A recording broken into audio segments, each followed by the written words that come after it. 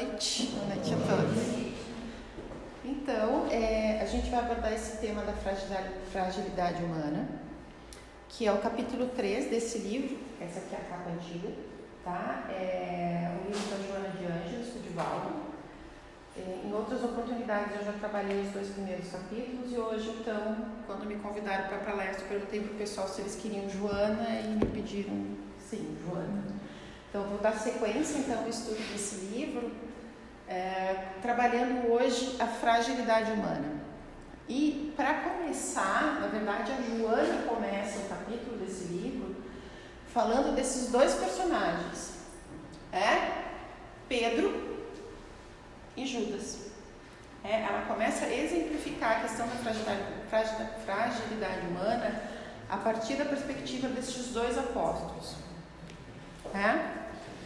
Pedro foi o apóstolo de Jesus que deu seguimento à boa nova de Jesus na sequência. Então, no trecho da Joana diz assim: nas praias e no mar da Galileia, que lhe eram o berço e a vida social, comercial, humana, participou de todas as suas elevadas propostas sobre o reino dos céus, cujos alicerces estavam sendo construídos no solo dos corações.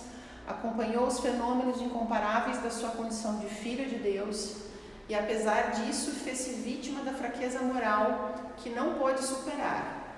Deu-se conta, logo depois, todavia, que fracassara no momento mais relevante da sua existência. Qual foi esse momento? Pedro nega Jesus 3 vezes. Quando Jesus é preso, ele nega Jesus. Ele é abordado por um soldado romano, por uma mulher e um desconhecido, mas ele não é seu mestre. Ele diz: não sou, não conheço, não sei quem é. E é nesse momento que Pedro percebe o quanto ele tinha fracassado. Pedro, ao longo do perfil, a personalidade de Pedro, ele era muito, eu vou dizer duro a palavra, ele não conseguia entender muito, ele julgava muitas pessoas, ele não conseguia entender muito como Jesus perdoava, como Jesus colocava algumas questões, ou como algumas pessoas faziam algumas coisas.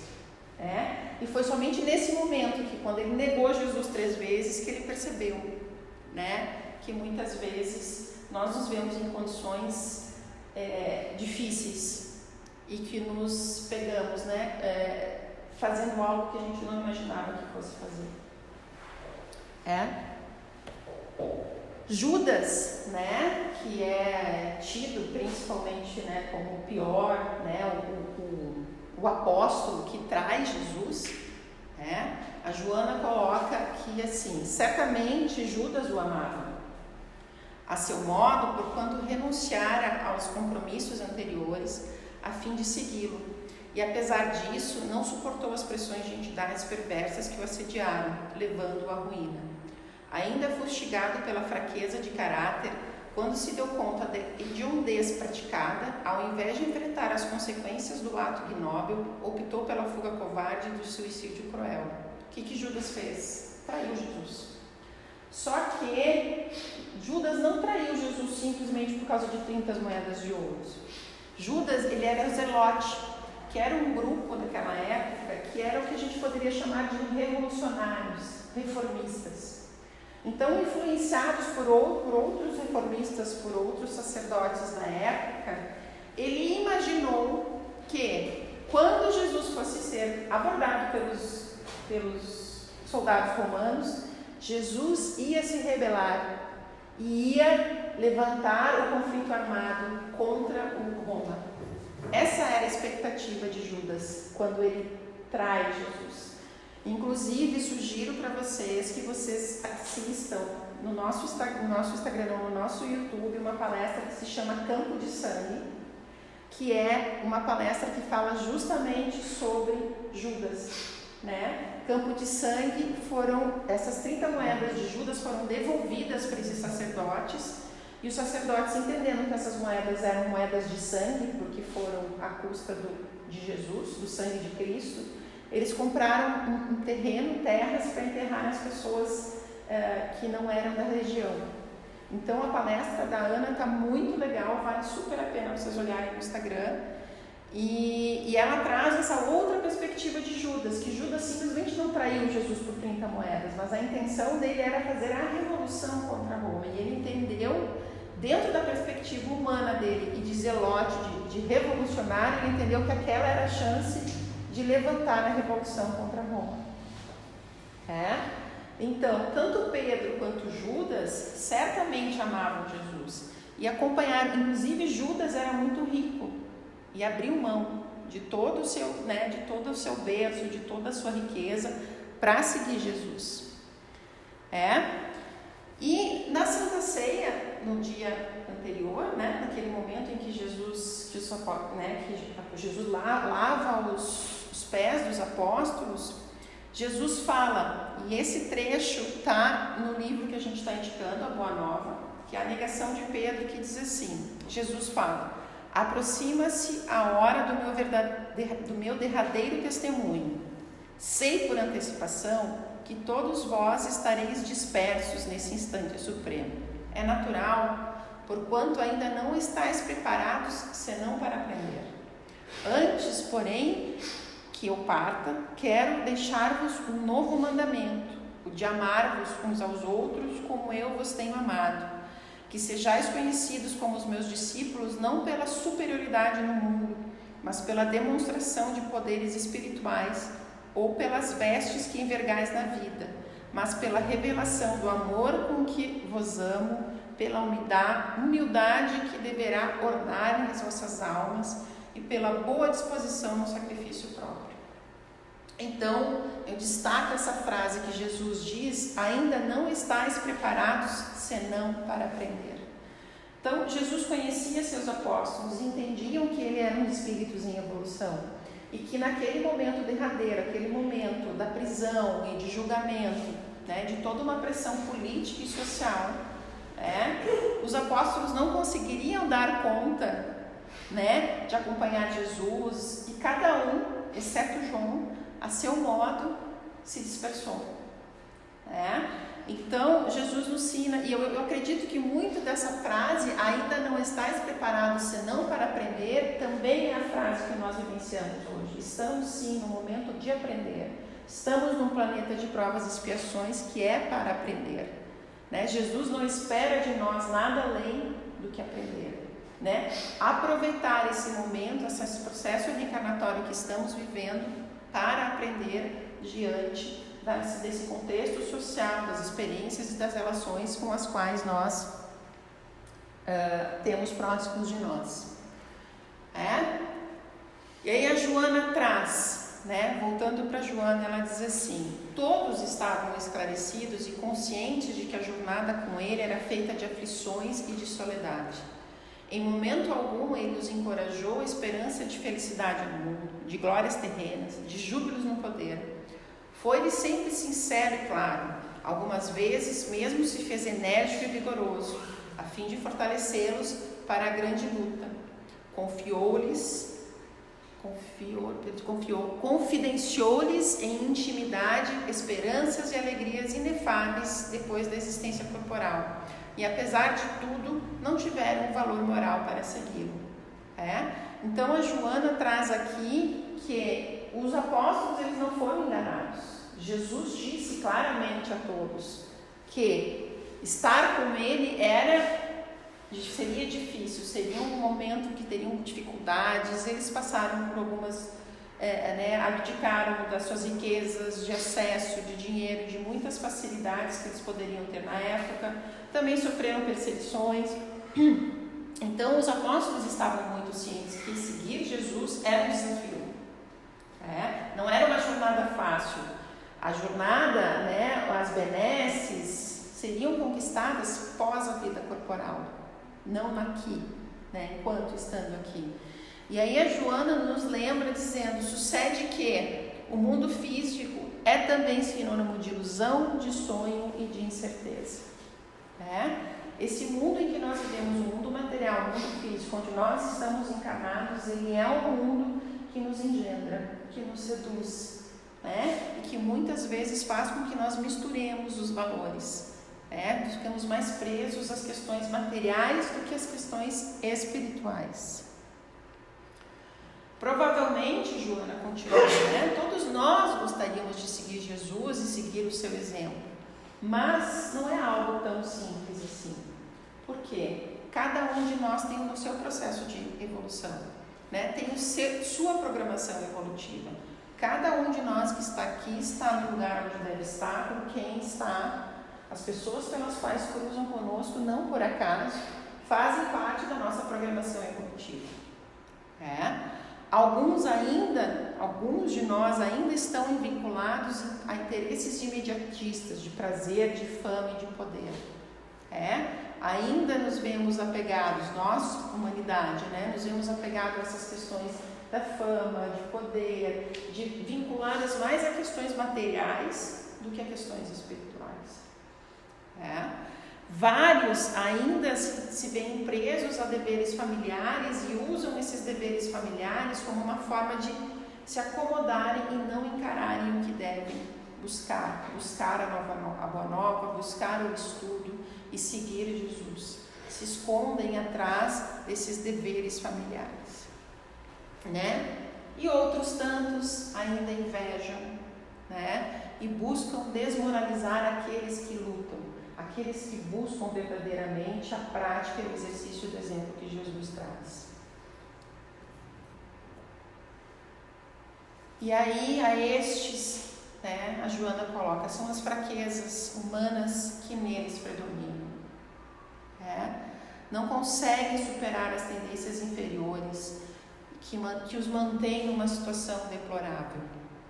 Talvez gostariam de estar ao lado daqueles que fazem a jornada correta, que seguem a sua programação evolutiva, mas, né, eles não se esforçam para fazê-lo.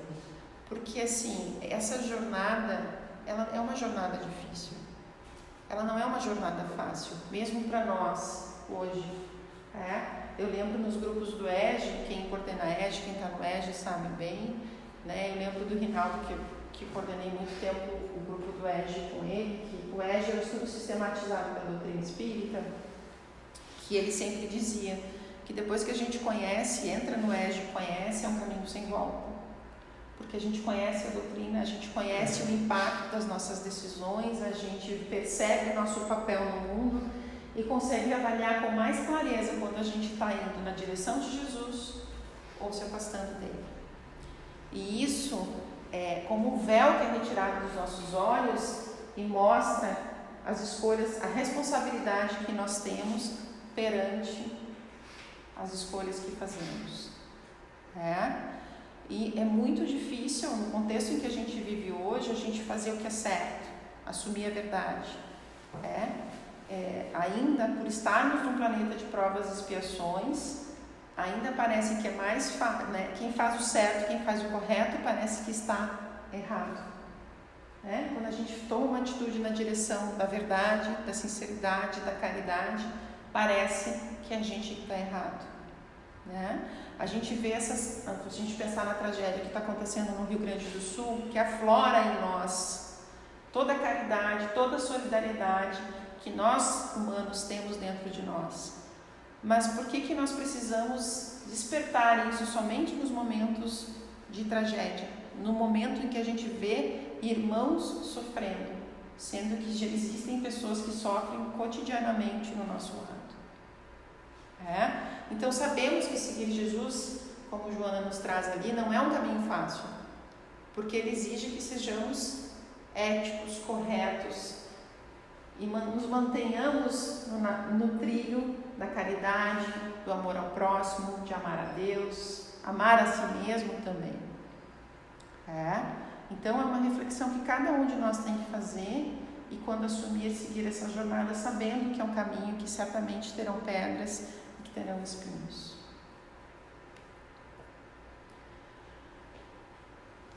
Joana continua dizendo, né? Se ele sofres o abandono, o combate sistemático, a perseguição insana, a antipatia gratuita, o ódio devorador, não te perturbes, sintonizando na faixa da sua pusilanimidade.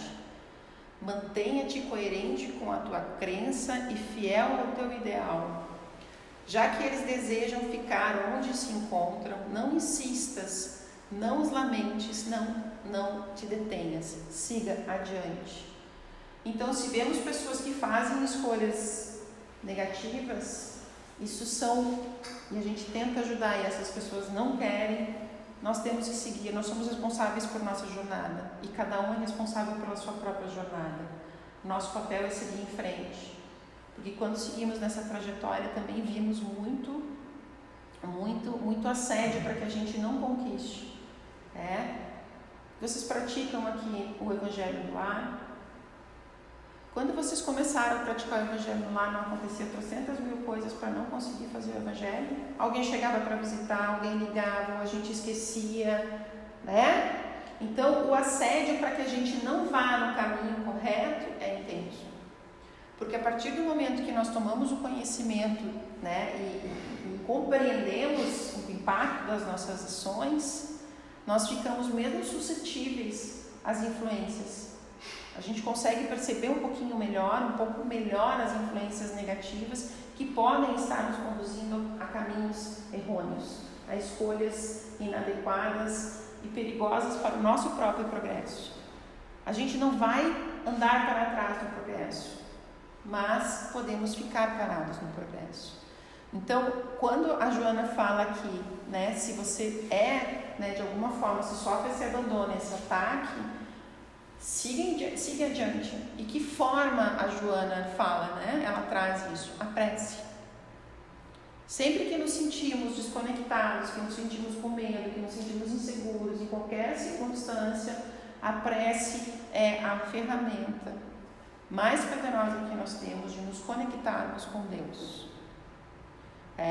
E não precisa ser aquela prece elaborada, aquela prece memorizada, Eu sempre dizia, talvez a Mirella lembre que eu dizia assim, às vezes um ai Jesus com muita vontade e necessidade é uma prece muito mais poderosa que um Pai Nosso repetido sem sentimento.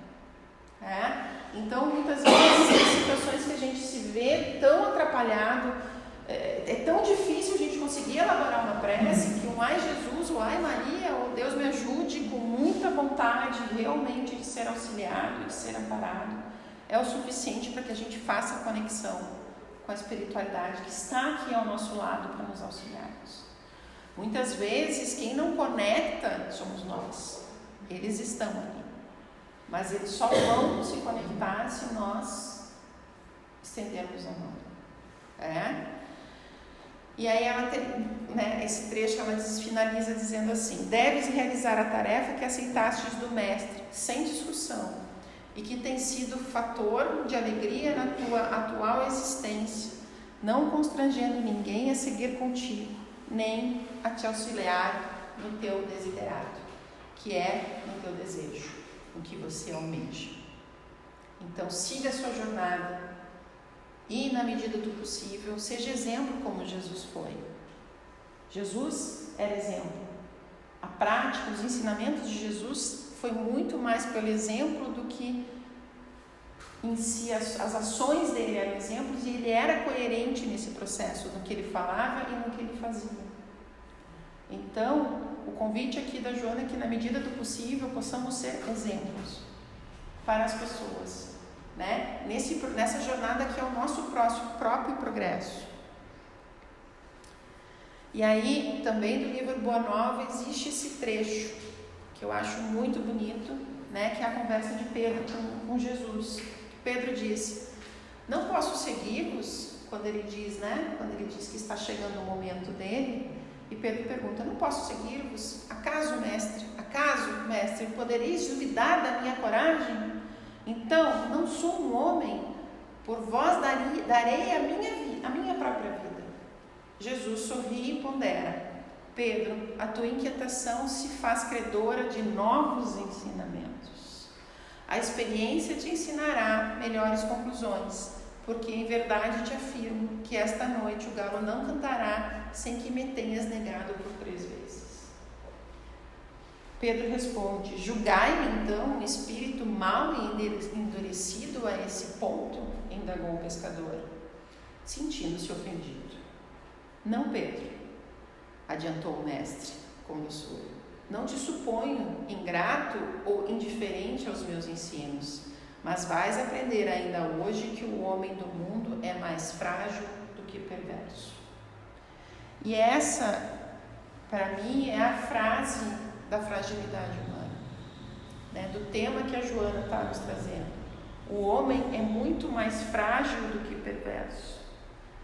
As pessoas às vezes não mentem, né? Pedro não negou 3 vezes Cristo por maldade ou por perversidade. Ele negou o Cristo porque ele se apavorou. Ele disse: se eu assumir, eu vou ser preso, eu vou ser morto junto. Um sentimento perfeitamente humano. Essa é a fragilidade que Jesus está dizendo. E era disso que Jesus dizia: vocês estão aqui para aprender. Eu compreendo que vocês precisam aprender. Então, quando Judas trai Jesus também entende que a intenção não era a traição. Mas mais uma vez Jesus dá o exemplo de resignação e não faz a reforma amada. Então, essa é a frase que eu gostaria de compartilhar, que a gente levasse dessa palestra de hoje, que nós, homens, somos mais frágeis do que perversos. Porque às vezes o caminho do material, a escolha que é mais próxima a nós, ela é mais fácil do que a escolha do que Jesus nos propõe. Às vezes uma pequena mentira é mais fácil do que a verdade pura. A gente sabe que não é bem assim. Mas às vezes no momento, no susto, nós nos vemos como Pedro, negando Jesus. Então, em vez de julgarmos as pessoas, vamos pensar que elas são tão frágeis quanto nós. E que em circunstâncias talvez a gente também renegue Jesus, que também traiamos Jesus, imaginando que ia dar um outro resultado. E na obra do Evangelho, Kardec tem o seguinte registro de Kardec: caros amigos, sede severos para convosco, indulgente para com as fraquezas dos outros. É ainda uma prática da santa caridade que bem poucas pessoas observam. Todos vós tendes más tendências a vencer, defeitos a corrigir, hábitos a modificar. Todos tendes um fardo mais ou menos pesado a depor para escalar o cume da montanha do progresso. Por que, pois, serdes tão clarividentes para com o próximo e cegos em relação a vós mesmos? Por que a gente é tão rápido em julgar o outro e não percebe o que nós mesmos fazemos? E aí, não por acaso, essa imagem apareceu para mim hoje no Instagram, que eu acho que para a gente finalizar, faz a gente refletir. Se no lugar do outro você faria melhor, experimente fazer no seu. Porque é esse o lugar que você é responsável. O outro, a gente não sabe o contexto, a gente não sabe a história, a gente não sabe o sentimento, a gente não sabe qual é a fraqueza.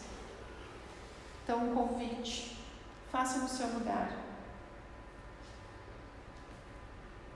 Obrigada, gente.